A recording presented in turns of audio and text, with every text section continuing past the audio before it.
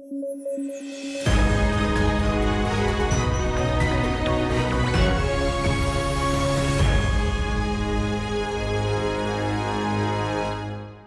News at 9 programme में आपका स्वागत है। मैं हूं अमृत उपाध्याय। आइए जल्दी से देखें आज की हेडलाइंस क्या हैं।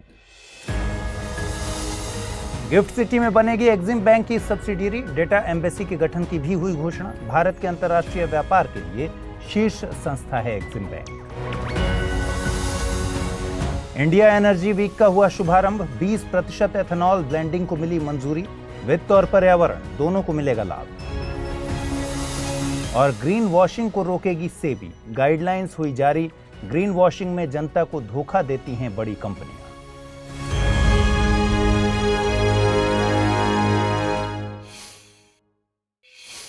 चलिए, खबरों की शुरुआत करने से पहले एक बार दोहरा दूं कि अगर आप इस बुलेटिन को पीडीएफ फॉर्मेट में पढ़ना चाहते हैं तो अमृत उपाध्याय 007 टेलीग्राम चैनल पर जाइए, जहां इसकी पीडीएफ रोजाना मिलती है। इससे पहले खबरों की शुरुआत करें, आप सबको एक बार फिर बता दूं कि study IQ IAS Hindi team पहली बार हिंदी माध्यम में लाइव फाउंडेशन कोर्स ले आ रही है। 14 फरवरी से शाम में 6 बजे इस बैच की शुरुआत होगी। सिविल सेवा परीक्षा की तैयारी करने वाले आप सभी विद्यार्थियों के लिए लगभग 13 से 14 महीनों का यह कोर्स बेहद उपयोगी होगा। प्रतिदिन 2.5 से 3 घंटे की क्लासेज हैं इसमें। इसके अलावा हस्तलिखित यानी हैंड रिटन नोट्स, PDF, मुख्य परीक्षा के लिए उत्तर लेखन इत्यादि बहुत सारे विशेषताएं इसमें हैं। कोर्स की जानकारी अगर चाहिए, डिस्क्रिप्शन बॉक्स में जाइए, लिंक दिया हुआ है, उस पर क्लिक कर लीजिए। और एडमिशन शुल्क में अगर ज़्यादा छूट चाहिए तो अमृत लाइव कोड का प्रयोग कर लीजिए। वित्त मंत्री निर्मला सीतारमण ने एक्सिम बैंक की सब्सिडियरी और डेटा एम्बेसीज के गठन की घोषणा की है। इनका गठन गिफ्ट सिटी गुजरात में किया जाएगा। डेटा एम्बेसी देश के क्रिटिकल डेटा को सिक्योर करने का एक तरीका है। ये डिजास्टर रिकवरी प्लान का हिस्सा होती हैं। इन्हें किसी ऑल्टरनेट लोकेशन पर तैयार किया जाता है, जिससे किसी आपदा की स्थिति में भी देश में डेटा फ्लो न रुके। एक्सिम बैंक यानी एक्सपोर्ट इंपोर्ट बैंक का गठन 1982 में किया गया था। Export import bank of India act को सितंबर 1981 में पारित किया गया था। इस बैंक का मकसद भारतीय व्यापार का वैश्वीकरण और संवर्धन करना है। यह भारत के अंतर्राष्ट्रीय व्यापार के लिए शीर्ष संस्था है। एक्सिम बैंक एक विशेषीकृत वित्तीय संस्था है जो पूरी तरह से भारत सरकार के अधीन है। इसका मुख्यालय मुंबई में है। एक्सिम बैंक ने सिडबी के साथ मिलकर एक उभरते सितारे फंड का गठन किया है। यह फंड MSME सेक्टर को टारगेट करके तैयार किया गया है। उभरते सितारे कार्यक्रम के तहत ऐसी भारतीय कंपनियों की पहचान की जाती है जो फ्यूचर चैंपियन हैं और उनमें निर्यात की अच्छी संभावनाएं हैं। इसमें कंपनी की तकनीक, उत्पाद या प्रोसेस बेहतर स्थिति में होना जरूरी है। ऐसी कंपनी यदि फिलहाल अंडर परफॉर्मिंग है या बड़ी कंपनी के रूप में उभरने के लिए अपनी क्षमताओं का पूरा दोहन नहीं कर पा रही है तो उसे सहायता दी जा सकती है। कार्यक्रम में ऐसी कंपनियों की बाधाओं का पता लगाकर उनकी जरूरत के अनुसार इक्विटी, ऋण और तकनीकी सहयोग प्रदान किया जाता है। सेबी ने ग्रीन वॉशिंग को रोकने के लिए एक बड़ा कदम उठाया है। सेबी ने ग्रीन डेट सिक्योरिटी जारीकर्ताओं के लिए गाइडलाइंस इशू की हैं। इन गाइडलाइंस का मकसद ग्रीन वॉशिंग को रोकना है। सेबी के मुताबिक ग्रीन डेट सिक्योरिटी ऐसे प्रोजेक्ट्स के लिए जारी किए जाते हैं जिनसे सतत विकास प्रोजेक्ट्स को बढ़ावा दिया जा सके। सेबी ने ग्रीन डेट सिक्योरिटीज को 2 सब कैटेगरीज में बांटा है, ब्लू बॉन्ड और येलो बॉन्ड। इसमें ब्लू बॉन्ड जल प्रबंधन और मरीन सेक्टर के लिए है, तो येलो बॉन्ड सौर ऊर्जा से संबंधित है। सेबी के मुताबिक ग्रीन वॉशिंग बढ़ाने के लिए सबसे ज्यादा जिम्मेदार परिभाषा है। परिभाषा में यह निर्धारित नहीं है कि किन प्रोजेक्ट्स को ग्रीन के तहत शामिल किया गया है। सेबी ने ग्रीन डेट सिक्योरिटीज की परिभाषा को व्यापक करते हुए इसमें पॉल्यूशन प्रिवेंशन यानी प्रदूषण को रोकने की बात और इको एफिशिएंट प्रोडक्ट्स को शामिल किया है। हम जानते हैं कि अक्सर खबरों की सुर्खियों में रहने वाला पद ग्रीन वॉशिंग आखिर क्या है। दरअसल फर्मों, कंपनियों और सरकारों के बीच अपनी सभी प्रकार की गतिविधियों या प्रोजेक्ट्स को जलवायु के अनुकूल बताने की प्रवृत्ति बढ़ रही है। यह देखा गया है कि इनमें से कई दावे असत्यापित, भ्रामक या फिर संदिग्ध होते हैं। वास्तव में ऐसी फर्म या कंपनियां जलवायु परिवर्तन के खिलाफ लड़ाई में कुछ भी नहीं करती। इस प्रकार ग्रीन वॉशिंग फर्मों, कंपनियों और सरकारों द्वारा जलवायु अनुकूल होने का एक ढोंग है, ताकि इससे मिलने वाले फायदे इनको मिलते रहें। अपने आप को जलवायु अनुकूल बताने से फर्मों और कंपनियों की छवि सकारात्मक तौर पर बढ़ती है। इन्हें कई प्रकार के लाभ भी मिलते हैं, लेकिन सच्चाई कुछ अलग होती है। उदाहरण के तौर पर वॉक्सवैगन घोटाला, जिसमें जर्मन कार कंपनी को अपने ग्रीन डीजल वाहनों के उत्सर्जन परीक्षण को धोखा देते हुए पाया गया था। यह ग्रीन वॉशिंग का मामला था। इस खबर की अहमियत को समझना हो तो साल 2022 में ही यूपीएससी की प्रारंभिक परीक्षा में पूछे गए सवाल पर गौर कीजिए। सवाल पूछा गया कि निम्नलिखित में से कौन सा एक ग्रीन वॉशिंग शब्द का सही वर्णन है। मिथ्या रूप से यह प्रभाव व्यक्त करना कि कंपनी के उत्पाद पारिस्थितिक अनुकूल यानी इको फ्रेंडली और पर्यावरणीय रूप से उपयुक्त हैं। किसी देश के वार्षिक वित्तीय विवरणों में पारिस्थितिक या फिर पर्यावरणीय लागतों को शामिल न करना। आधारिक संरचना विकसित करते समय अनर्थकारी पारिस्थितिक दुष्परिणामों की उपेक्षा करना, या फिर किसी सरकारी परियोजना या कार्यक्रम में पर्यावरणीय लागतों के लिए अनिवार्य उपबंध करना। इस प्रश्न का सही जवाब आप जानते हैं, विकल्प ए इस प्रश्न का सही जवाब है।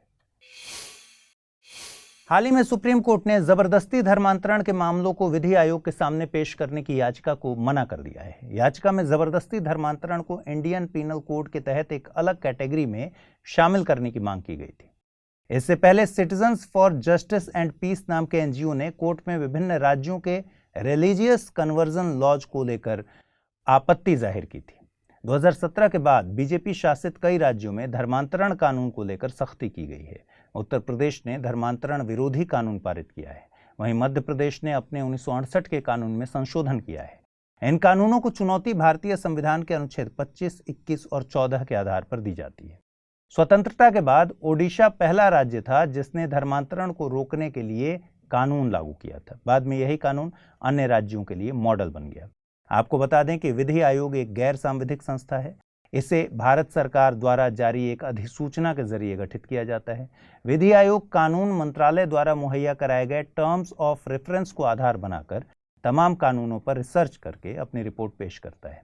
केंद्र सरकार ने नवंबर 2022 में 22वें विधि आयोग का गठन किया है। कर्नाटक हाई कोर्ट के रिटायर मुख्य न्यायाधीश ऋतुराज अवस्थी को इसका अध्यक्ष नियुक्त किया गया है। पहला विधि आयोग 1955 में गठित हुआ था। प्रधानमंत्री नरेंद्र मोदी ने बेंगलुरु में इंडिया एनर्जी वीक का शुभारंभ किया। इस मौके पर पेट्रोल के साथ एथेनॉल की 20% ब्लेंडिंग का प्लान भी शुरू कर दिया गया है। गौरतलब है कि ये प्लान अप्रैल 2023 में रोल आउट होने वाला था। इसे 2 महीने पहले शुरू कर दिया गया है। इसे E20 यानी पेट्रोल विद 20% एथेनॉल नाम दिया गया है। अभी तक पेट्रोल में 10% एथेनॉल ब्लेंडिंग की जा रही थी। कार्यक्रम को 11 राज्यों और संघ शासित प्रदेशों में लॉन्च किया गया। इसका मकसद उत्सर्जन को कम करने के लिए बायोफ्यूल्स को बढ़ावा देना है।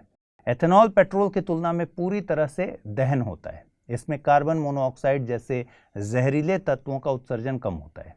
एथेनॉल यानी एथिल अल्कोहल एक तरह का अल्कोहल है जिसे वाहनों के पेट्रोल में मिलाकर गाड़ियों में फ्यूल की तरह इस्तेमाल किया जा सकता है। इसका प्रोडक्शन गन्ने की फसल से होता है, लेकिन शर्करा वाली कई अन्य फसलों से भी इसे तैयार किया जा सकता है। आपको बता दें कि नीति आयोग ने comprehensive picture of ethanol blending the challenges and road map report तैयार की थी। इसके मुताबिक भारत का 2020-21 में कुल पेट्रोलियम आयात 185 मिलियन टन था, जिसकी कीमत तकरीबन $55 बिलियन है।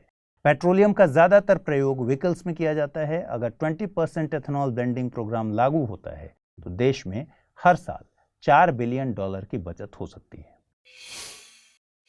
आइए जल्दी से देखें बुलेटिन पर आधारित क्या सवाल बन सकते हैं। पहला सवाल है कि निम्नलिखित कथनों पर विचार कीजिए। उभरते सितारे फंड का गठन एक्जिम बैंक और सिडबी ने मिलकर किया। डेटा एम्बेसी बाहरी देश द्वारा डेटा लोकलाइजेशन के मकसद से किया गया निवेश है। और सही कथन आपको कूट के माध्यम से चुनना है, केवल एक, केवल दो, एक और दो दोनों, न तो एक नहीं दो। अगला सवाल है विधि आयोग के संबंध में निम्नलिखित कथनों पर विचार कीजिए। विधि आयोग एक गैर सांविधिक संस्था है। 22वें विधि आयोग के अध्यक्ष जस्टिस BS चौहान हैं। पहले विधि आयोग का गठन 1952 में किया गया था। नीचे दिए गए कूटों की सहायता से गलत कथन या फिर कथनों का चुनाव कीजिए। केवल एक, केवल दो और तीन, केवल एक और तीन, या फिर केवल एक और दो।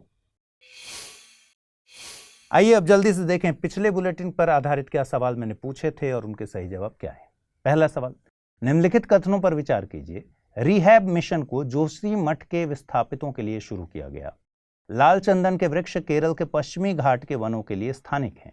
उपर्युक्त में से सही कथन कूट के माध्यम से चुनना है। केवल एक, केवल दो, एक और दो दोनों, न तो एक नहीं दो।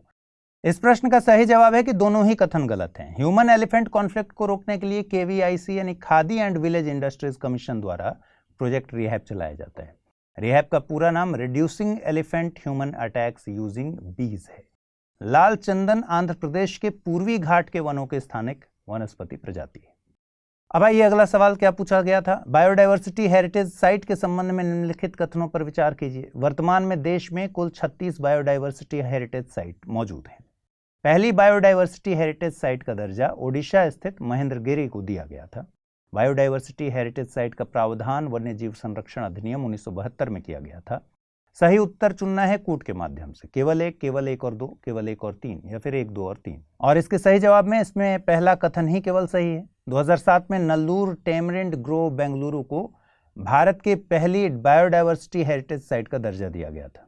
वहीं बायोलॉजिकल डायवर्सिटी एक्ट 2002 के तहत राज्य सरकारें स्थानीय निकायों की सलाह से जैव विविधता के महत्व वाले क्षेत्रों को बायोडायवर्सिटी हेरिटेज साइट नोटिफाई कर सकती हैं।